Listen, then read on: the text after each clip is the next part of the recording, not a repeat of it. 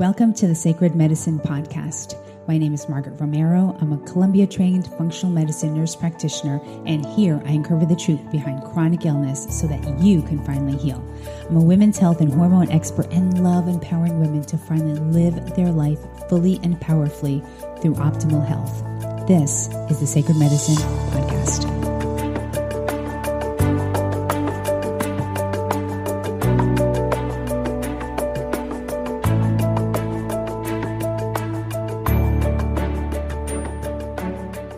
And we are back for another week of the Sacred Medicine Podcast.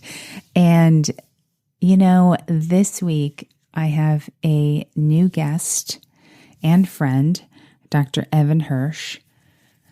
And guess what? We are talking all about long haulers. It has been such a topic, huge topic. And there are thousands and thousands of people who are currently suffering from it. And let me tell you a little bit about Dr. Hirsch. He's an MD and a world-renowned energy expert and the founder and CEO of the International Center for Fatigue. He has a best-selling book, a podcast, and online programs that can be accessed from anywhere. And what he does is that he helps people with their energy. He fixes their fatigue. And so it's so appropriate that we are going to be talking about long haulers because, there are a number, hundreds, probably at least 100 plus symptoms of long haulers. And so in today's discussion, we're talking all about the various symptoms and what you can do to treat it. And so this is going to help so many people. And if you know anyone that is suffering from this, definitely share this podcast with them. They need to hear this. You can easily text it to them, email it to them. I think it's going to be invaluable because people just don't know how to get over this. And certainly conventional medicine doesn't know really what to do with long haulers. And a lot of it has to do with the mitochondria, but there's so many things involved in this. So without further ado, on to the show.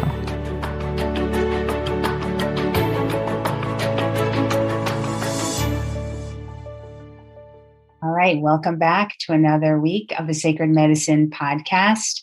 I am your host, Margaret Romero, and today we have a new guest, Dr. Evan Hirsch, and we are talking all about long haulers.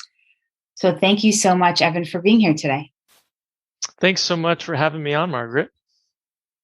So why don't you share what long haulers, what it is and why people are getting it? Absolutely. So long haulers is a term that's been given to persistent symptoms from the pandemic virus. So people get the virus and then their symptoms persist. And the definition right now of something called PASC or post-acute sequelae to SARS-CoV-2 is that it lasts longer than 28 days, but that's still kind of up in the air. And so it's persisting. So it could be a month, it could be 2 months, but generally what we're seeing is that it's lasting months to years later, which is very much a similar picture to a post-viral syndrome, which is kind of what happens with people who have ME/CFS or myalgic encephalitis / chronic fatigue syndrome. But what ends up happening is that they get the virus and sometimes the symptoms just persist, but sometimes the symptoms go away. And then a couple weeks later, the symptoms come back. And then the symptoms start to rotate. So sometimes people will say that the newer symptoms are worse and the older symptoms are better. The other thing that we know is that people who have more symptoms initially are more likely to get long haulers. And this is generally sorry, I just lost my train of thought. More symptoms initially. Yes, right. Thank you. More symptoms initially. So if you have 5 symptoms, and this could be body pain, shortness of breath, um, issues with smelling, so like anosmia, like loss of smell, loss of taste, in addition to fatigue and brain fog, and then those symptoms go away, you're more likely to get long haulers. Okay, interesting. And it's lasting approximately a little more than 28 days. And so what are people feeling? What are they feeling, and that would define long haulers? So 87% of people who end up with these persistent symptoms have fatigue, and 70% have brain fog. So those are kind of the biggest ones. And then some of the other ones are the other ones I mentioned, like body pain, shortness of breath, and other neuropathies. And would you say that this occurs in more people who have a chronic illness, or is this happening in healthy people, or where are you commonly seeing this happening? So you're actually seeing it in healthier people. Oftentimes it's people who are more athletic, they're exercising more, and some of the issues, and they're less than the age of 50. So that's really interesting, because we're seeing with the acute virus is that it's the older people and obese people. And we're seeing with this is that it's younger people who are more athletic. And the reason why we're seeing this is because part of what ends up happening is the virus's effect on the mitochondria, which is the energy center of every cell in the body, except for red blood cells, produces somewhere around 80 to 90% of our energy. And that gets damaged. And then consequently, that's where you end up having the problem where the mitochondria isn't functioning correctly. And these people who are young and healthy, they go out, they start working out again, and they do it too early. And that ends up stressing the mitochondria, and then they start to go downhill fast. Okay. And so long haulers, when do they actually start feeling it? Like because what if someone has a virus and they're sick for like 2 weeks or 3 weeks? Does it go right into long haulers? Like they just never recover from the fatigue, or do they get better, back on their feet and feeling good, and then exercise too much or go back to normal living, and then they get hit with long haulers? It's both. So both can happen. And as you know, and most people know, like generally, even if you get a bad flu, it's really only going to last, 2 weeks, 3 weeks. Maybe it takes a little bit longer for you to get back to where you were, back to baseline.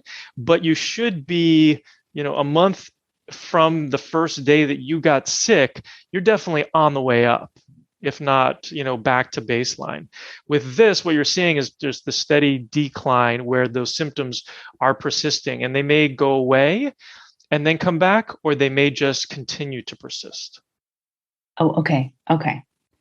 So it really has to do basically with the mitochondria. So if they're going back to working or working out at the gym, how long would you say then people need to wait after they've had, the virus and they finally get over it? When would you recommend people going back and resuming full activity? Yeah, that's a great question. So you really have to be back to baseline before you go back to the gym. And, one of the reasons why people aren't successful at getting rid of long haulers is because there are so many different causes of it. So there's a lot of things that are contributing. We talked about mitochondria, adrenal gland dysfunction, where basically there's a lot of stress happening in the body. The adrenal gland produces cortisol, among other hormones, that's managing the stress. That ends up deficient. So then your energy goes down. Oftentimes, there's this combination of other toxicities that are present, like heavy metals, chemicals, molds, other infections, allergies, negative emotional patterns that are now contributing. So, for example, there was one study that showed that 73% of people who had long haulers also had reactivated Epstein-Barr virus, which we know can cause chronic fatigue syndrome, And people oftentimes understand it as Right. mononucleosis, when you're in your 20s. Right. So those are like some of the combinations that we see of a number of these different causes. Plus, the virus is live and active. There was one study that showed that people who got COVID, we're not going to say the word, we're going to just say the virus, got the virus, and then 4 months later, they didn't have any symptoms. Intestinal biopsies were done, and live active virus was found in that biopsy, in that intestinal biopsy. And those in half of those people. And so we Oh, know that wow. if half of people who have no symptoms have live active virus in their intestines, then we know that these people who will have long haulers, it's probably closer to 100%. Now, that study hasn't been done, but it really needs to be done, obviously. But that's a major thing that people are missing, is that they have a live active virus that they need to address. And so how would they know that if they got the C19 and then they are back to normal, but they feel fine? So what's the percentage of people that are actually having a viral GI issue? So that percentage is actually lower. So it looks like around 10% of people end up having gastrointestinal issues, whether it's diarrhea, that's kind of the big one, constipation, abdominal pain, that sort of thing. And I thought you were going to ask me the question, which I'll just answer it, which is, how many of these people who get the acute virus end up progressing? And so what we see is that it's about 10 to 30% of people who get the virus acutely will progress on to long haulers. And these are people who don't go into the hospital. If you go into the hospital because your virus is bad enough that you need to go in for help, it's 75 to 85% of those people will end up with long haulers, with these progressive symptoms. Oh, interesting. Yeah, and it's really variable. So for people who just have it outside, they have it at home, and they don't go into the hospital, Yeah. there are numbers as high as 54%. There was one study that was done on a bunch of people in Arizona, and it was 54% of those people, and it was like a study of like 300 people. So it's really variable for whatever reason, depending on population, or who knows. I mean, we do know that vitamin D plays a role, but I don't know why the Arizonans, had such a high progression. But it is an average of 50% of those people. So people who are having the acute virus right now, and they're like, "This sucks, but I know it's going to be over someday." They have to be really cautious, because the reality is that they have to be aggressive right now. They need to make sure that they're addressing the virus, make sure that it does not persist, because they're just going to end up with long haulers. Okay. Okay. And so what do you think being in the hospital is doing to people? Are you talking about the ones that possibly are having really severe symptoms, or even being on a vent that's causing the long haulers issue? Is that one of the reasons why? Because the people who have been hospitalized with a higher percentage of getting long haulers are just their symptoms were way more severe? Yeah. I think that it has to do with the severity, and that the virus has increased inflammation, has damaged hormone production and mitochondria, just to a point where they're struggling a lot more. And so consequently, and the virus is persisting, the body, the immune system can't come back online to manage the virus appropriately, and then it's going to persist. Those symptoms are going to persist. Okay. So what can people do to help recover from this? So it always starts off with figuring out the causes that they have, because it's not just that you have like markers in your body. There's some studies that are looking at, okay, well, how do we know whether or not somebody has long haulers? And that's the first thing, is that you can actually know by looking at the chronology.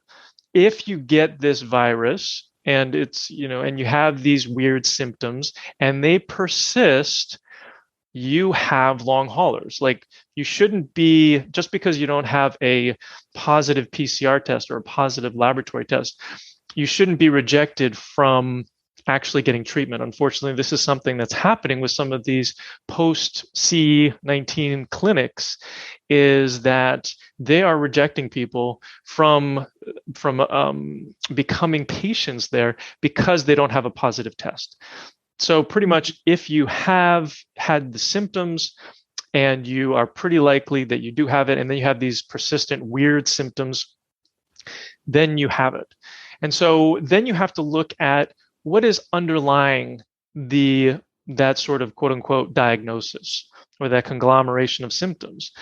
Now, any place that the virus can go in the body will have symptoms. The virus will go to a specific place, will cause inflammation. Inflammation causes pain and dysfunction. Okay.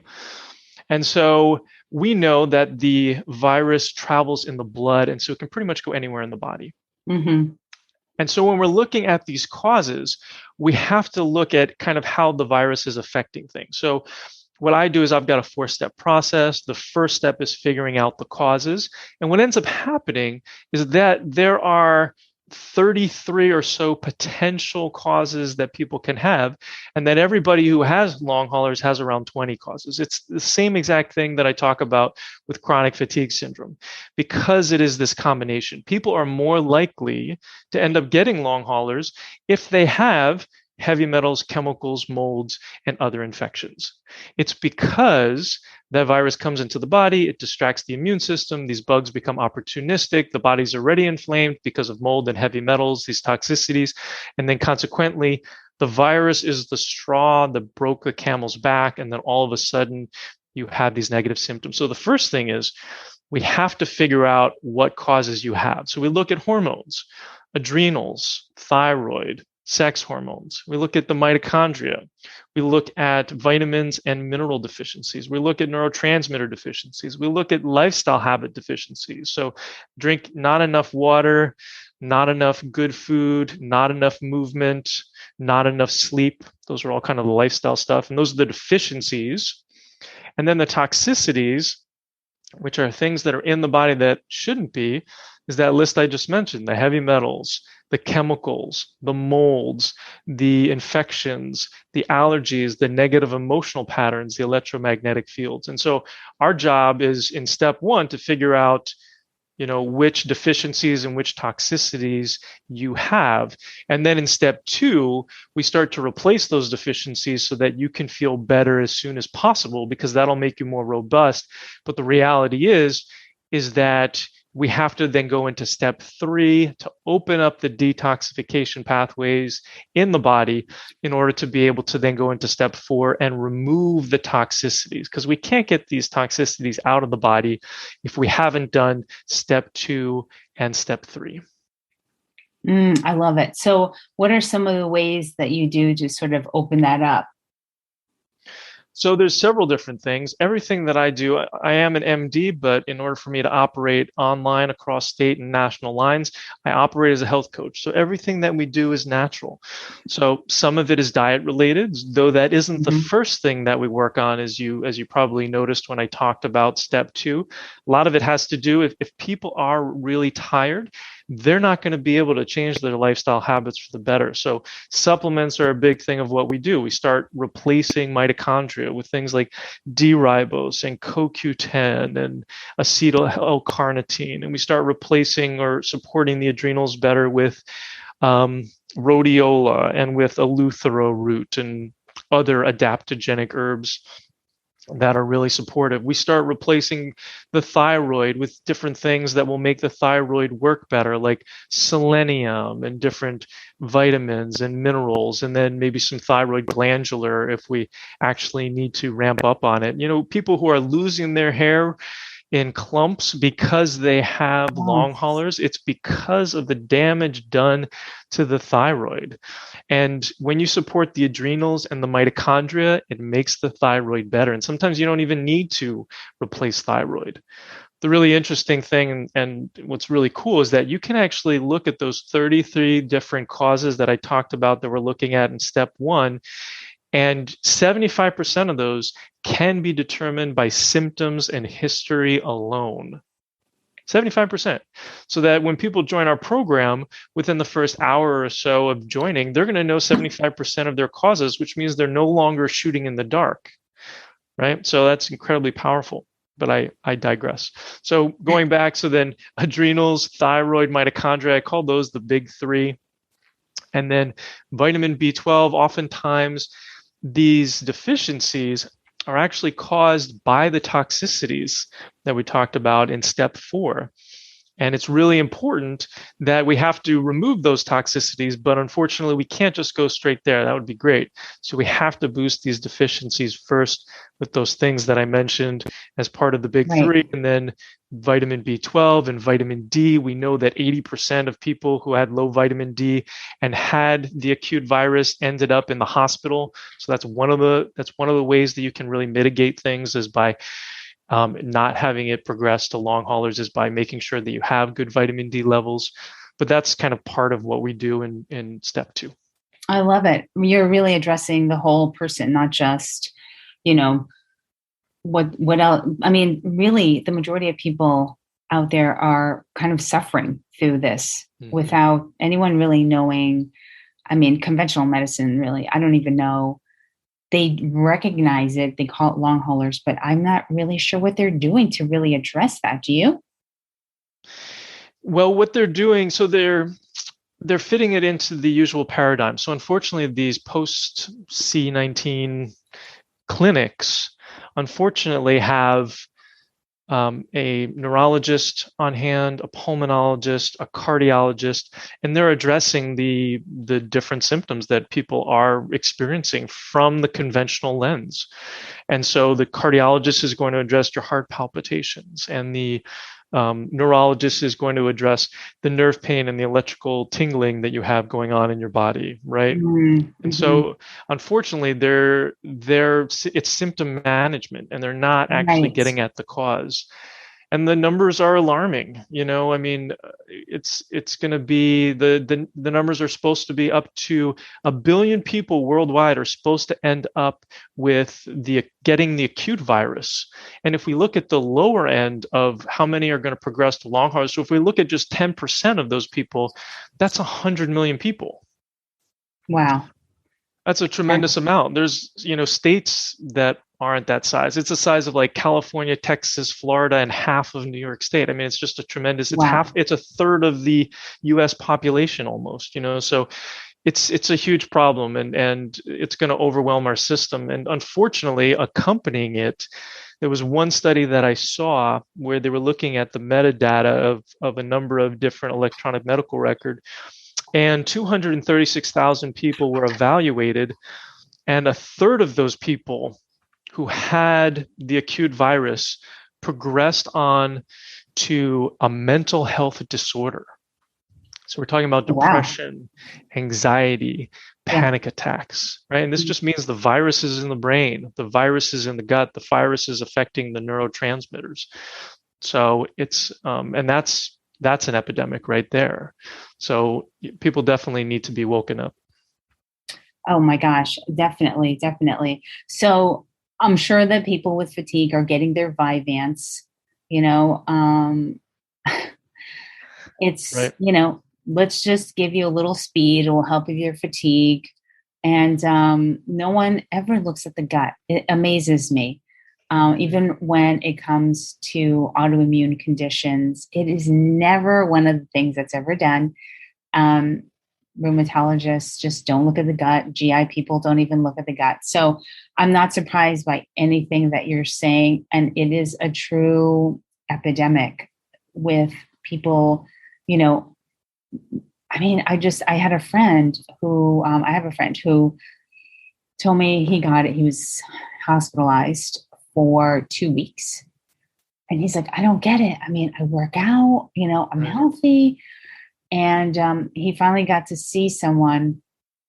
He went to someone locally to him, a naturopath. And so he says he's feeling a lot better. And I'm sure they addressed all of the things that you had mentioned. But,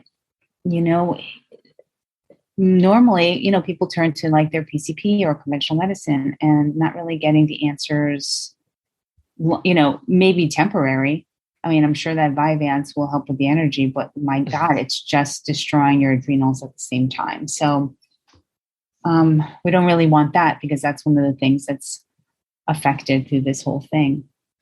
Yeah, and the challenge is, and for those who don't know, Vyvanse is like amphetamine, so it's kind of Right. like Yes. yeah, it's like speed. So it can help you feel better in the short term, but like you were saying, yeah, it's not definitely not a long-term solution. The challenge is, even with natural doctors, functional medicine doctors, integrative doctors, a lot of them don't touch all of the environmental medicine components. So they'll replace deficiencies and they will work on the gut, and they're very good at that. But if there is Lyme or Lyme co-infections, a lot of docs will say, I don't touch that. Or mold, a lot of docs won't touch that. Right. Right. Heavy metals is more commonly supported.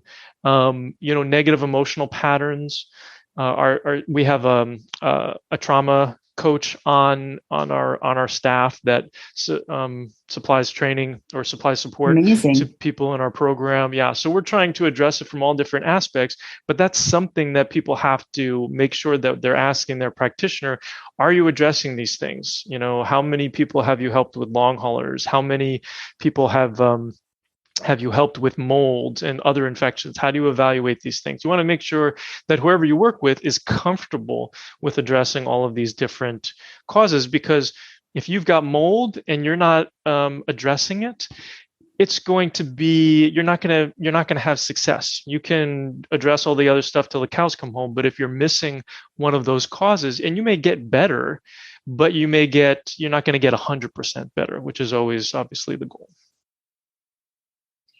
Right. Exactly. Exactly. And so you have a 4-step program. Does that include everything that you mentioned before about, you look for the toxins, you check the thyroid, you check the adrenals? Is that, can you go through some of the 4-step process you go through? Absolutely. Yep. And so that's the first step, is to assess. It's to assess the causes that you have. And then the second step is to replace the deficiencies. So when we're looking at those causes, just a reminder, we're looking at deficiencies, so things that are not in the body that are supposed to be. And these are things like hormones and mitochondrial function and vitamins and minerals and neurotransmitters. And then we're looking at toxicities, things that are in the body that aren't supposed to be. And those are things that we address in step 4. So step 1 is assessing those causes. Step 2 is replacing the deficiencies so you can be as robust as possible, and so that you're going to be more successful going into step 3, where you're opening up the detox pathways: liver, kidneys, intestines, lymph, which is the garbage system of the body, lymphatic system, which is the garbage system in the brain, making sure that those are all open, so that when you go into step 4 with all those toxicities that I mentioned, that you're going to be more successful. You're going to be able to get them out of your body, because this is kind of the rate limiting step, as we talk about in chemistry. Like, this is where you can get into a log jam, where if step 3 hasn't been done correctly and you don't have those pathways open enough, then you're not going to be successful at removing the toxicities in step 4. Oh, yes, because it could just make people feel so much worse. Absolutely. Because then the toxins are just sort of recycling, especially if they're not, well, some of the things that you're talking about with opening them up, you mean like making sure that they're, they don't have constipation, making sure that sweating and things like that. Is that what you mean by opening up the drainage? Yes. And so we always work from the bottom up. And so, like you mentioned, got to get rid of constipation, got to make sure people are having 2 good bowel movements a day. Because when you start this process and you start taking binders, they can potentially bind you up, and you have to make sure that you're getting rid of these toxins. Part of my story, and the reason why I do this work, is because I had chronic fatigue for 5 years, and part of that was because I had a bowel movement once a week for the first 20 some odd years of my life, until I realized and learned that that was not healthy. You should be having a bowel movement twice a day, and I was pooping once a week. And so what ends up happening with that is that the toxins that you're trying to get out of your body, trying to excrete out through your intestines, just get reabsorbed. And so that just increases the amount of total body burden of these toxicities that you end up having. And so that's what you have to do first. You have to make sure that the bowels are moving. And then the kidney is a filter, the liver is a filter. You want to make sure that those pathways are being supported. And we use herbs for all of that. There is other things, maybe there's some sauna in there, maybe there's some castor oil packs. Sometimes there's some coffee enemas as well, but mainly we're using herbs for that. And then when we're looking at the lymph system, the garbage system of the body, it's the only system that doesn't have its own pump. You have to pump it for it. So that sometimes that's a vibration plate, sometimes that's rebounding, sometimes that's just walking, sometimes that's herbs for people who aren't able to do those other things. And then the lymphatic system is the lymph system in the brain, which is similarly addressed. And also like dry brushing and things like that, maybe yes, hot baths with magnesium to draw things out. Definitely a fan. Yeah. Okay, cool. And so I love this 4-step process. It's very dense. I think it's amazing. I mean, it is, you're really catching so many different major aspects, and you're just bringing it all together. You're replacing deficiencies. It's amazing. And so are there people that that maybe this wouldn't work for necessarily, or Yes. do you help everybody and everybody gets better? Or are there certain criteria that maybe you can't help someone? Yeah, good question. So my goal is always, to help as many people as possible and to find all of the causes that an individual has. Sometimes we can't, for whatever reason, find those causes. Maybe there are causes, I'm looking at more causes than anybody that I know, but maybe there's other causes that we don't know about, right? So that's one thing. The other thing is that people have to be able to take the treatments that we have. So if they have sensitivities to supplements, we work with them, we help them, we have modifications, but sometimes that can be a challenge. Mm-hmm. Sometimes they're not able to move out of a moldy environment. And so that's pretty big. It's very hard to help somebody who lives in a moldy environment. And sometimes being able to tolerate treatment. Now, everything that we do is natural, and we start low and we go slow. That's an adage that I talk about a lot. And so it may be the kind of thing where you have mold in your body and you need to remove a little bit at a time. But that's one of the challenges too, that can make it hard to get the kind of success that they want. And then there's the mindset component, which is a big part of what we talk about, where you need to be able to live in a place of gratitude for where you are, and also envision your future and where you want to be in order to be successful, in order to move through this process. And there are bumps in the road, and you have to be willing and able to ask questions, because everybody's unique and everybody has different things coming up.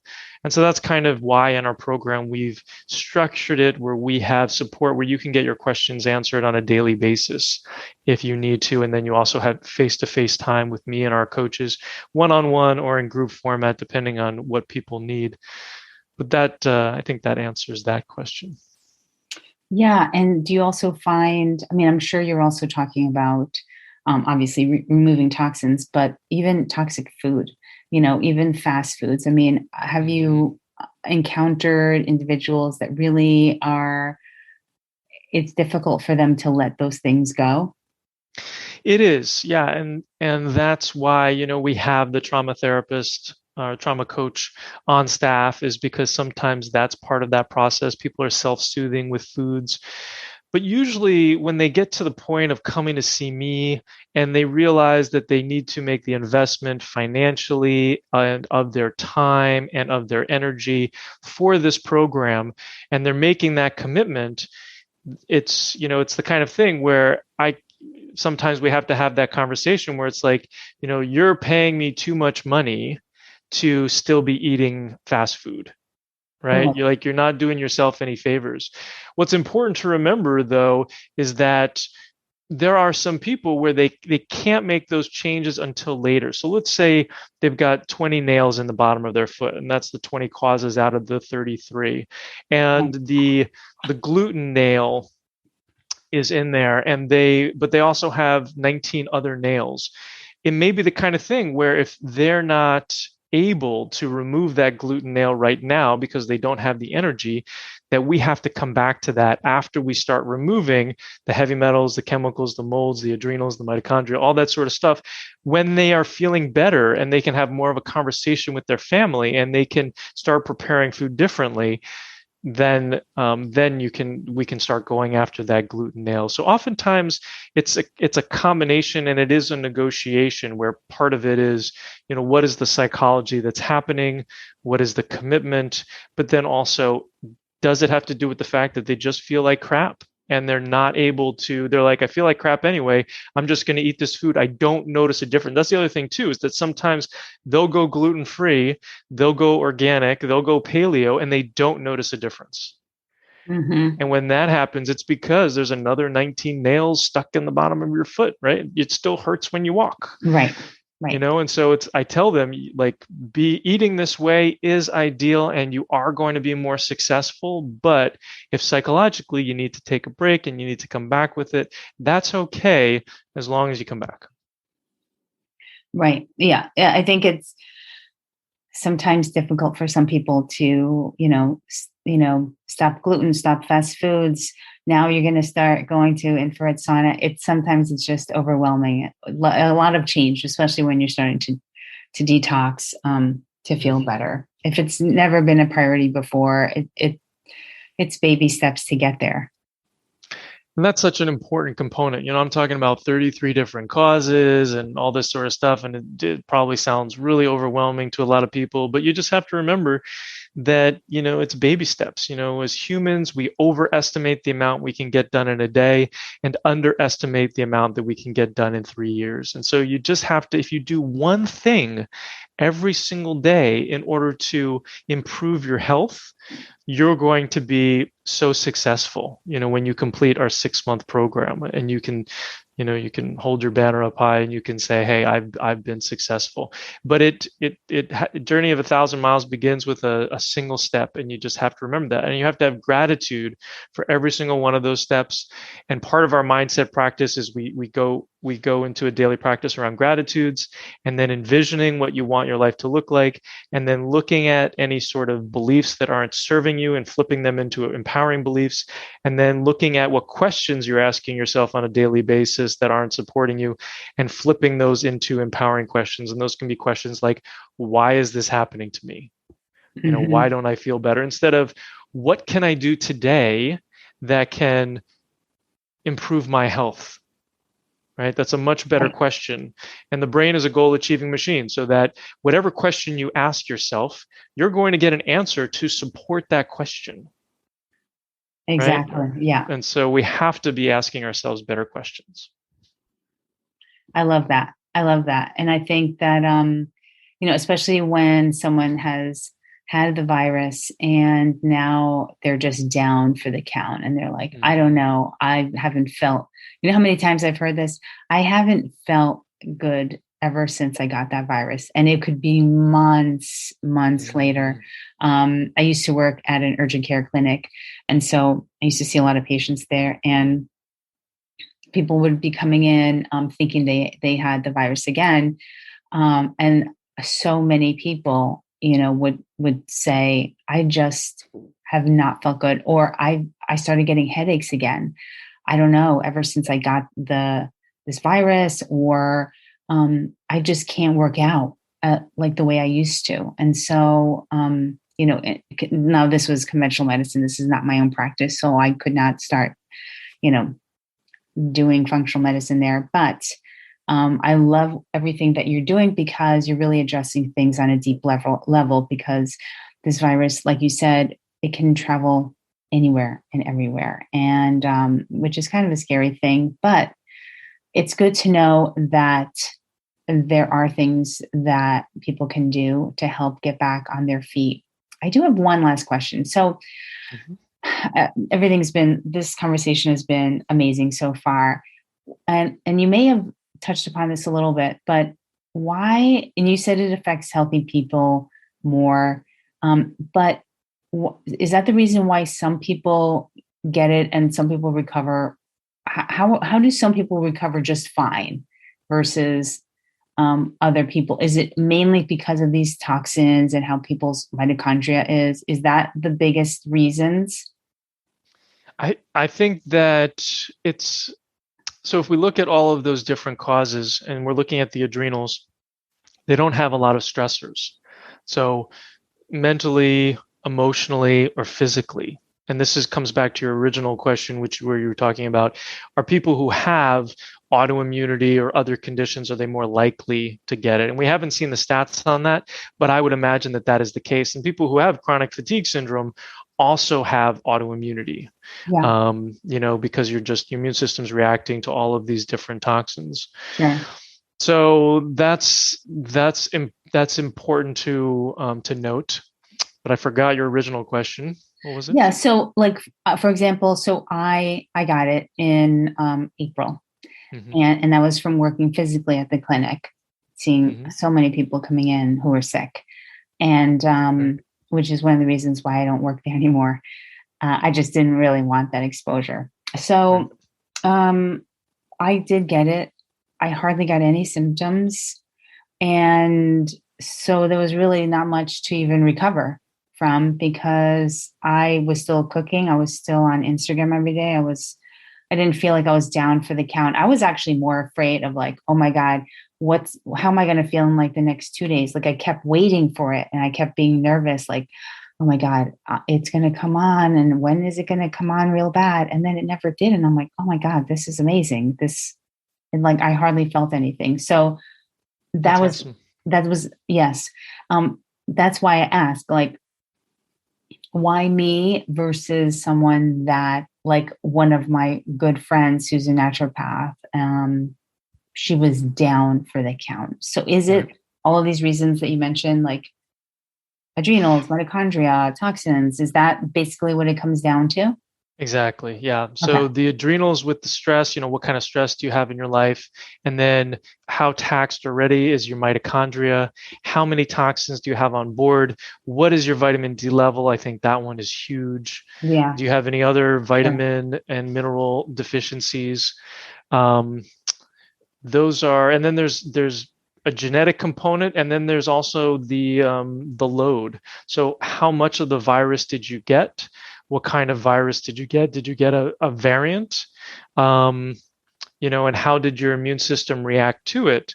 And so if the immune system is functional, it's going to be able to dispose of the virus. But if not, because of all of these different causes, then you're going to be less successful and potentially have these symptoms persist and progress to long haulers. I've always wondered, and tell me if you've read any studies on this, but, well, you did mention about autoimmunity before, but if someone's immunocompromised, taking meds forward, or what have you, or, some biologic, and they're immunocompromised, you would think that their reaction to the virus would be less, because their body's not necessarily, their immune system is sort of dampened. Is this what, have you seen this, or have you read this, or is this a true thing? So are you talking about in terms of immunocompromised, like they're going through chemotherapy, or because they have an autoimmune condition? Right. They're on, CellCept or what have you, medications every day. Yeah. So we know that generally the symptoms that we get are usually not directly related to the virus. It's the body's reaction to the virus. It's trying to get rid of the virus out of the body.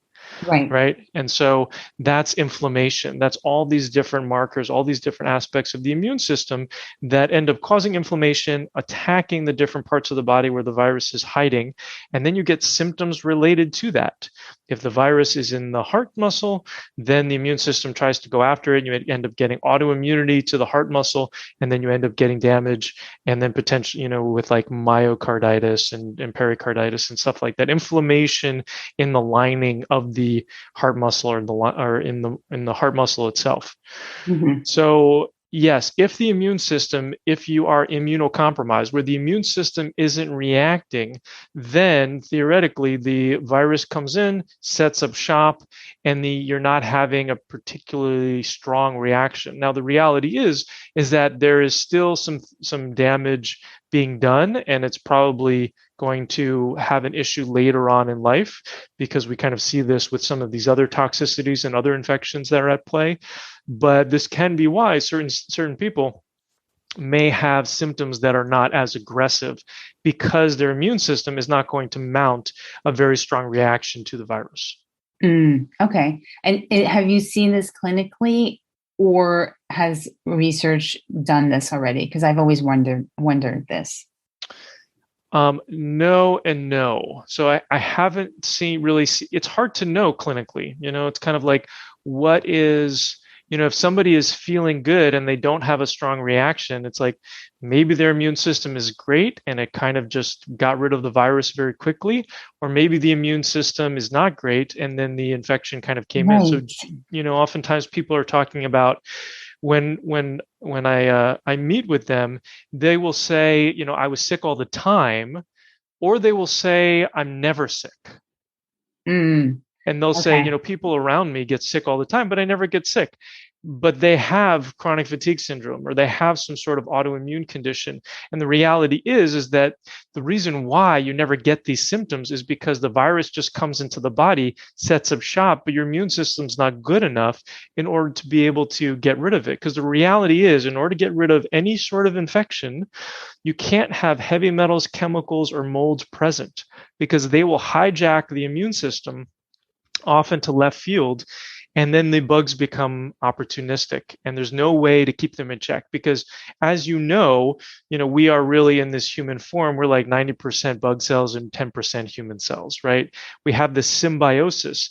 And so what ends up happening is that when the immune system, the immune system normally is keeping these bugs for the most part in check. It's just when the immune system gets dysfunctional, the bugs become opportunistic, that all of a sudden it becomes an issue. Okay. Right. Okay. That's good. That's good. Thanks for that. Was there anything else that we missed that you really wanted to add here? I think one thing that you mentioned that I wanted to respond to was talking about the symptoms. So there have been now identified like 250 plus different symptoms associated with long haulers. Wow. So that's why then the diagnosis now is symptoms that persist after getting the acute virus, and usually they are weird symptoms. Now, the reason why this is the case, why you can have so many symptoms, is because the virus travels in the blood. And guess what? The blood travels throughout the body and through every single organ system, right? So if the virus is able to travel throughout the body and every single organ system, you're going to be able to have lots of different symptoms, which is the inflammation resulting from the reaction to the virus. So that's the first thing. Second thing is, like any condition, have hope. You can find an answer. You just have to be persistent. You just have to keep getting educated, budgeting maybe a certain amount of time every day in your busy life to do some research, to talk to different people, to find practitioners like you and I who have solved problems in our own lives as well as other people's lives, so that you're not recreating the wheel. You want to make sure, like, what do you do if you want to learn piano? You take lessons from a pianist, right? Or if you want to learn how to sing, like I take voice lessons. I hired a voice coach and she's amazing, right? And so you want to learn from somebody who's actually done it. You don't want to go to somebody who you're the first person they've ever treated for long haulers or for lupus, right? You want to go see the expert, because it just shortens, life is short and you want to get better as soon as possible. You want to shorten that recovery time from 5 or 10 years, because that practitioner can probably figure it out in 10 years. They'll get enough knowledge. But if you want it done in 6 months, you just have to decide if you want to compress time. And that's when you make that investment with somebody who's a specialist. Sure. Definitely. And, I always say, If you're going to your PCP for this and they're writing you a prescription for vivants, which is modern day speed, then you're not going to have, you're not going to be right back on your feet. Things will most likely just, I don't know, they'll most likely worsen. I mean, Vyvanse is just going to plummet your adrenals to begin with, but I think the majority of people are going to their primary, unfortunately, and not really, for me, conventional medicine it's good in some ways, but I think for chronic issues, it's all about treating symptoms and Band-Aids, which really doesn't help you in the long run. So those are my 2 cents. Yeah, I absolutely agree. You break a bone, don't come see me. You got to go to the emergency room. Exactly. That's why it's there, and that's what it's great for.